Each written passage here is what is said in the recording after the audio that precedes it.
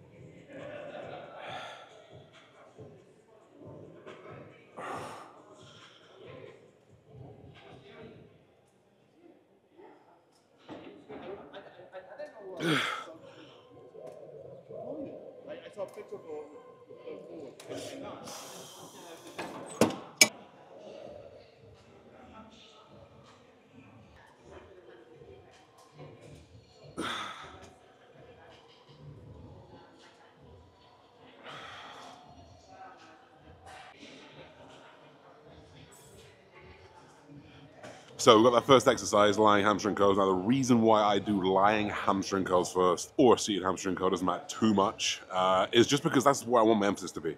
Of all the spots in my physique, I probably want my hamstrings to grow the most.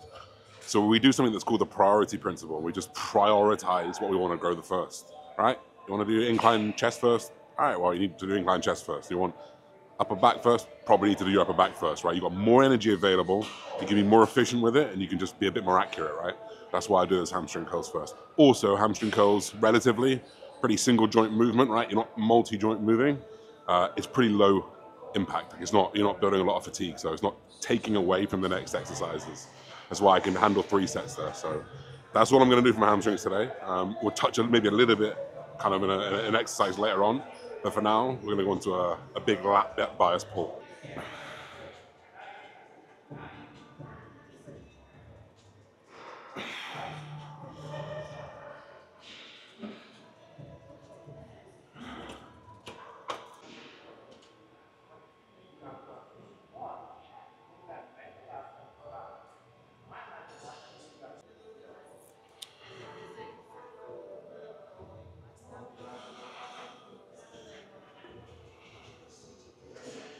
So I'm a big proponent, I think that's the right word, of single arm pull downs versus dual.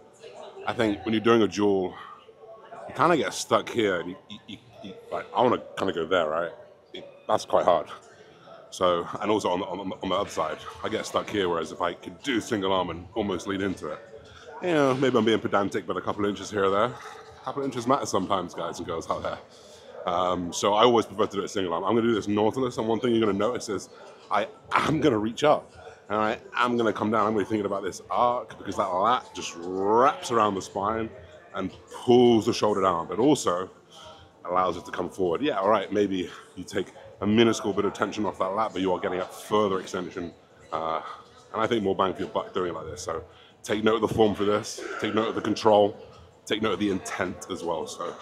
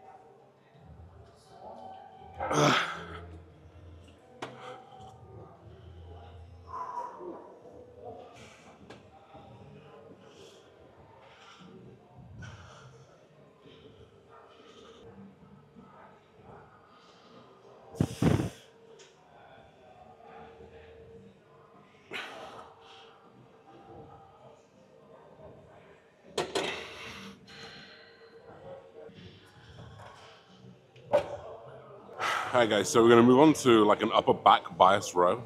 Again, prioritizing this over like a lat bias row just because already hit those lats, and for me, I want that thickness up top more than anything. So all that really differentiates my words today, an upper back bias row versus a lat bias is really just elbow paths. If I stand straight onto the side here, like an elbow path, that would be upper back quite clearly. You can see like my upper back musculature contracting. And if you wanted to just change that, you drop the elbow down and you can almost see from this point of view, the lat stretching more and contracting. So you can just think like that is all it takes to change the movement completely. So always just try and assess yourself, where's that arm path going? Where am I feeling that connection to? And is it going in the place that I'm meaning it to? That's just the important question to ask yourself. So upper back, I did this in the off season. I did 5 plates and maybe a smidge. I'm on 4 plates here, so we'll see if I can get a good set in, and we'll use this as a baseline because I've got this in Dubai, which is where the off season takes place. So you can start now.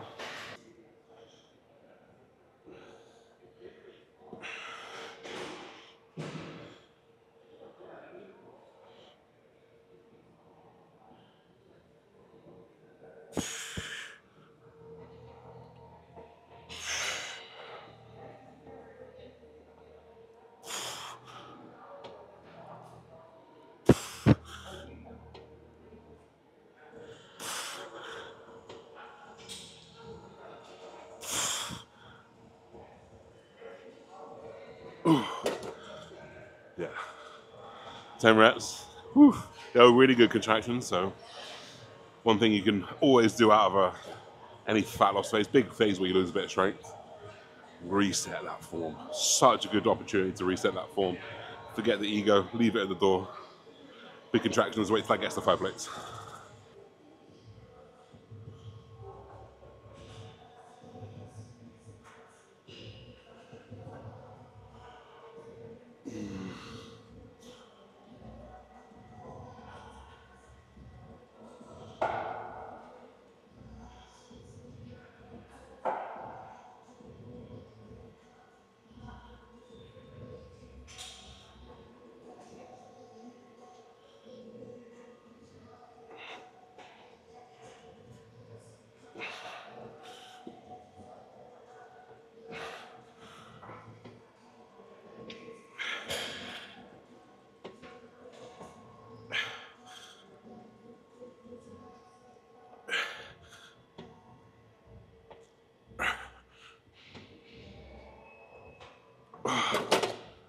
Oh, I got heavy quick.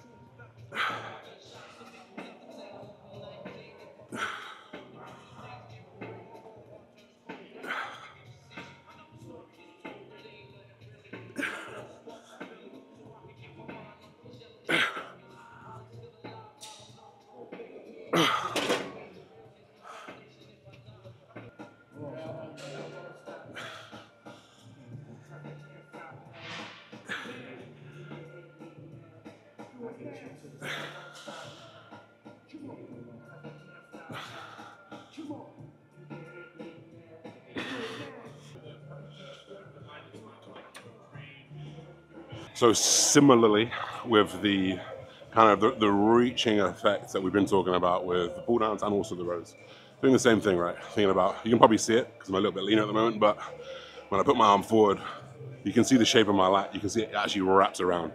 So when I'm doing that, this is almost the arc that I'm thinking about, because this is the way the lat moves. Yeah, it does this, also helps you come across. So if we can extend that range of motion, come through, makes a lot of sense.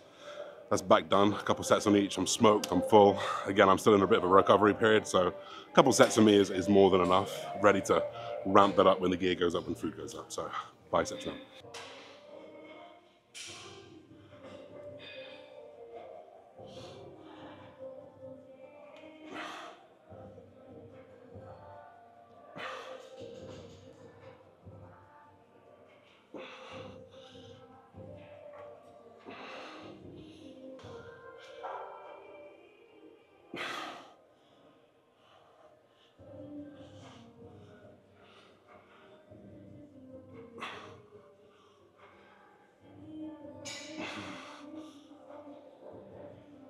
Whew, so just starting with, and this is something I've changed recently, starting with a hammer curl, because we're engaging that brachialis, which a lot of people neglect for one, but also underrepresent what it can do for just improving joint health at the elbow. I think some of the biggest issues that bodybuilders have inside of your elbows, outside of your elbows, and maybe you're just not managing it properly, not managing the organization of, or the exercise order, I should say.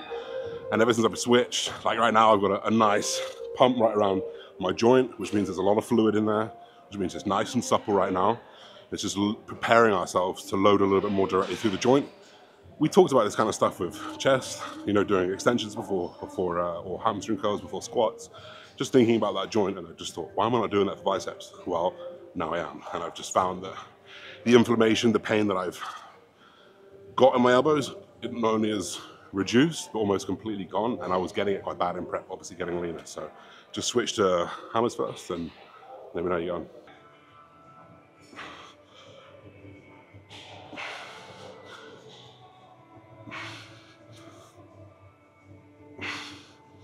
So elbows nice and warm. I tell you, my elbows are pumped. If you're going to get an elbow pump, I've got it. So now I'm going to load into bicep preacher curl, which is the most direct stimulus that you can get for your bicep. Not everyone can fit in these machines. One tip I would give, which a lot of people don't think, I see people kind of up here, I really want you to think about actually like you got to do it, but you got to have your armpit like over this pad, unfortunately, because it's going to give you the most stable position for the shoulder. It's going to allow you to align the shoulder with the elbow, which is the most important thing. You definitely don't want your wrist coming this way, but the most important thing is elbow and shoulder, because it's closing that distance, which is the bicep. The wrist doesn't affect closing the distance, it just affects kind of like where the bicep contracts, right? Most important, elbow there, but if you can, line all three up, and that's essentially how we're going to finish.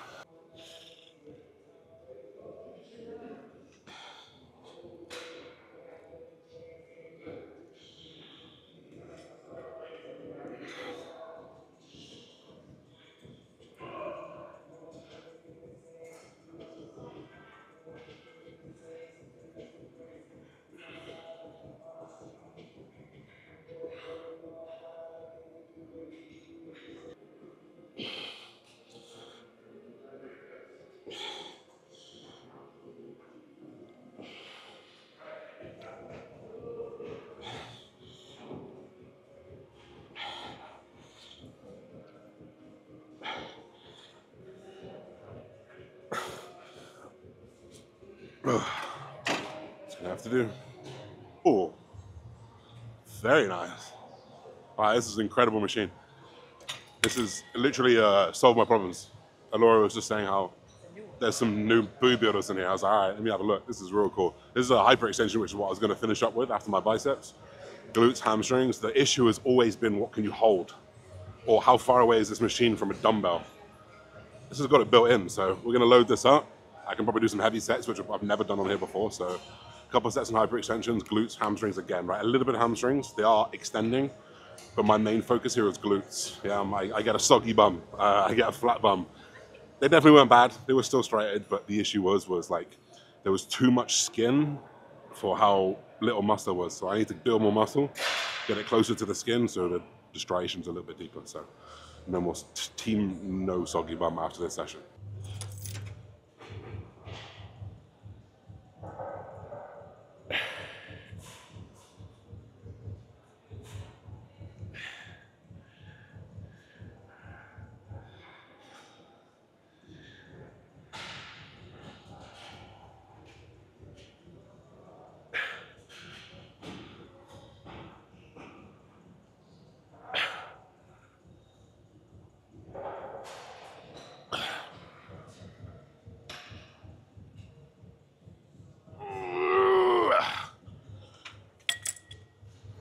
Alrighty, so that is like the session done. I'd love for you guys to follow this along in the off season and just see how we develop this, because there's going to be big turning points of volume, food, obviously drugs are going to go in as well, and things will change. So I'm really excited to take you through that process. But you know, I'm finally feeling back to baseline. I think this is probably what you see is what I'm going to be starting my off season at in 3 or 4 weeks. So I will keep accountable. I will keep on the vlogs for you. We'll do a physique update next time. Had some muffins last night, so we'll do it next time. But guys, if you enjoy this style of video, just walking you through, talking you through, thinking about the mindset, the ideas, the cues to really improve your training, let me know, comment down below. I appreciate your advice, I appreciate your feedback always, and see you in the next video. Peace everybody, bye-bye.